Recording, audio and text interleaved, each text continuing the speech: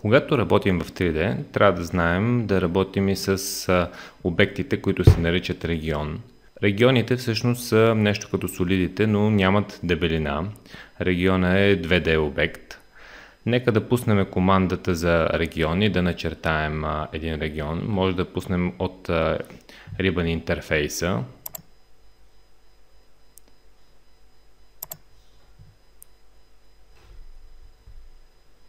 Ще начертая с полилиния един затворен обект.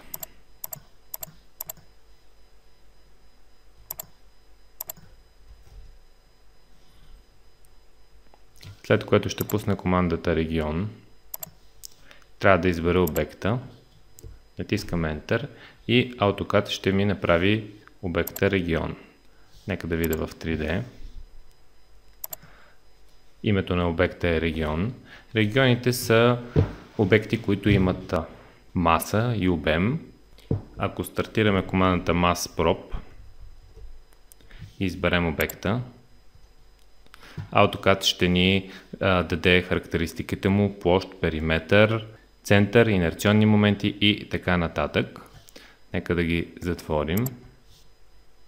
След като сме създали този регион, по принцип може да използваме и командите като екструд върху него. Нека да върнем назад. Върху регионите по принцип може да се слагат и материали, така че могат да се използват и при създаване на визуализации. Какво може да направим обаче, когато искаме да създадем един регион и нямаме затворена полилиния?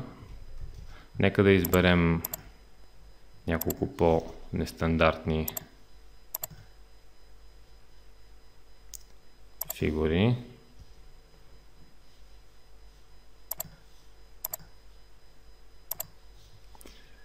Ако използваме командата за регион, аз вече ще я пускам директно от клавиатурата. Изберем тези обекти.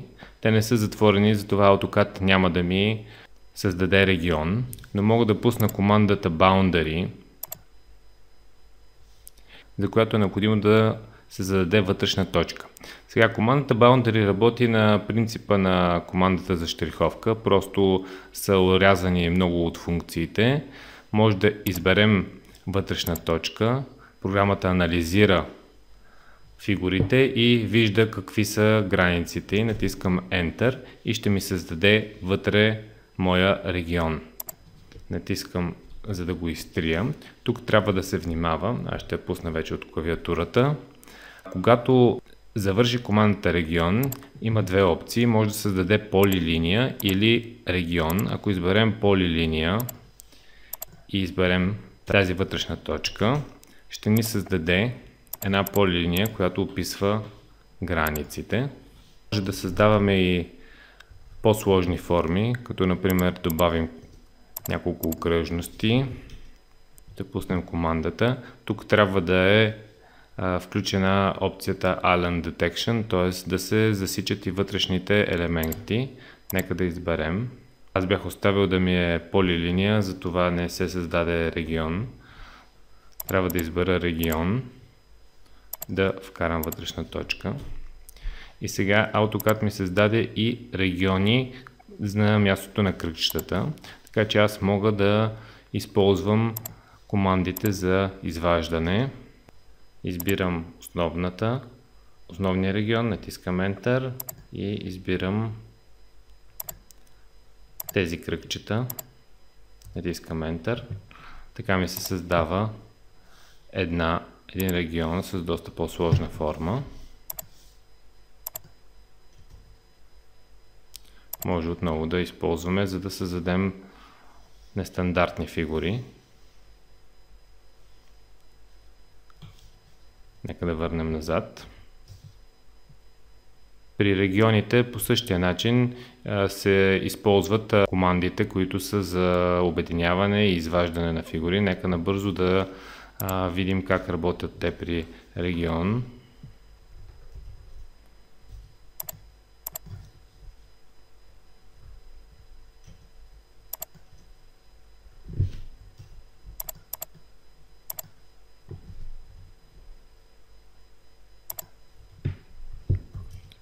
Ще го разкопираме 4 пъти.